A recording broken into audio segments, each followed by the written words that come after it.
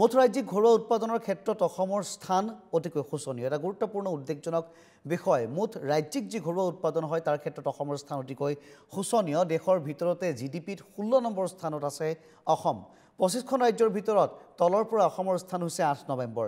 অসমৰ মুঠ বাৰ্ষিক আয় 5,70,00,000, 24,261 লাখ টকা আৰু মহাৰাষ্ট্ৰ, তামিলনাডু, উত্তৰ প্ৰদেশ আদি ৰাজ্যতকৈ বহুত তলত আছে অসম। অসমতকৈ মহাৰাষ্ট্ৰৰ GDP 8 গুণ বেছি মহাৰাষ্ট্ৰৰ আৰু RBIৰ শেহতীয়া প্ৰতিবেদনত প্ৰকাশ পাইছে এই উদ্বেগজনক তথ্য। ৰাজ্যৰ শেহতীয়া বিত্তীয় অৱস্থাক লৈ এইদৰে বিধায়ক অখিল গগৈ সৰব হোৱা পৰিলক্ষিত হৈছে। তেওঁ কি কৈছে শুনক।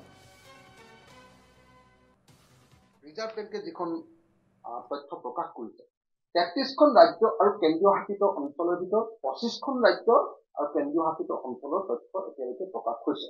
তেতিয়া যদি আমি চাওঁ মুঠ ৰাজ্যিক ঘৰুৱা উৎপাদন, যাক দেশৰ ভিতৰত ক'লে GDP বুলি কয় আৰু ষ্টেটৰ বুলি ক'লে মানে GSDP বুলি কয়। মুঠ ৰাজ্যিক ঘৰুৱা উৎপাদনৰ ক্ষেত্ৰত অসম ভাৰতবৰ্ষৰ 25খন ৰাজ্যৰ ভিতৰত 16 নম্বৰত পৰিছে। তলফালৰ পৰা আমি 8 নম্বৰত পৰিছে। আমাৰ আজিৰ দিনটোৰ এবছৰৰ টোটেল অসমৰ মানুহৰ ইনকাম কিমান জানেনে? 5,70,24,261 লাখ টকা।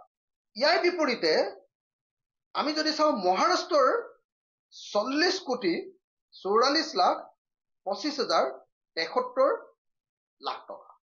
আমাতকে ইনকাম 8 গুণ বেছি মহাৰাষ্ট্ৰৰ।